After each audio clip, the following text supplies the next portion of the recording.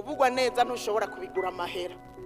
Uyu mwanditsi rero w'igitabo cy'umusiguzi aravuga ngo kuvugwa neza kuruta amavuta atamirana cyane kandi y'igiciro kinini, ngo kandi umunsi wo gupfa uruta umunsi wo kuvukako. Ahandi aravuga ngo kuvugwa neza biruta ubutunzi bwinshi, ngo kandi kuba rurangiranwa biruta amafeza n'amazahabu.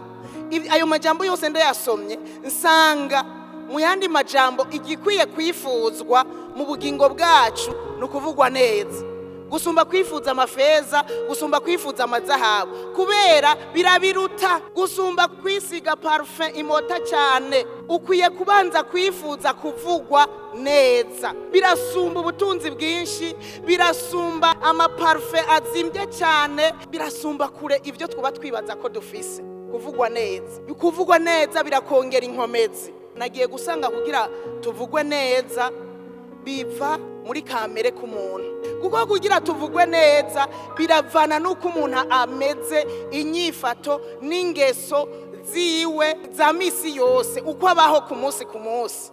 Ingeso nazo zirava no muri kamere kawe. Kugira uvugwe neza bisaba ko ingeso zawe ziba nziza, kugira uvugwe neza bisaba ko inyifato yawe iba nziza, ka kameremere ukagahingura wewe nyene ukagakorerako wewe nyene ubwawe nyeneko, ku buryo kaba kameremere keza gatuma abantu bakuvuga neza. Hari igihe umuntu avugwa nabi kubera kameremere yiwe, nko mugasanga umuntu afise kameremere ko kuvugira hejuru, ukadusanga abantu bamwanse kubera ko kameremere. Umuntu afise kameremere ko kuvuga ivyo yumvise byose. Ivyo biratuma aho ubaye bakwanka, uko baca babona yuko uri kimena banga. Birasaba yuko kameremere kacu tugahingura, tugashira ku rutonde mu ntumbero yo kugira ngo batuvuge neza. Wewe rero ubwawe urashobora gutuma abantu bakuvuga neza, cyangwa urashobora gutuma abantu bakuvuga nabi.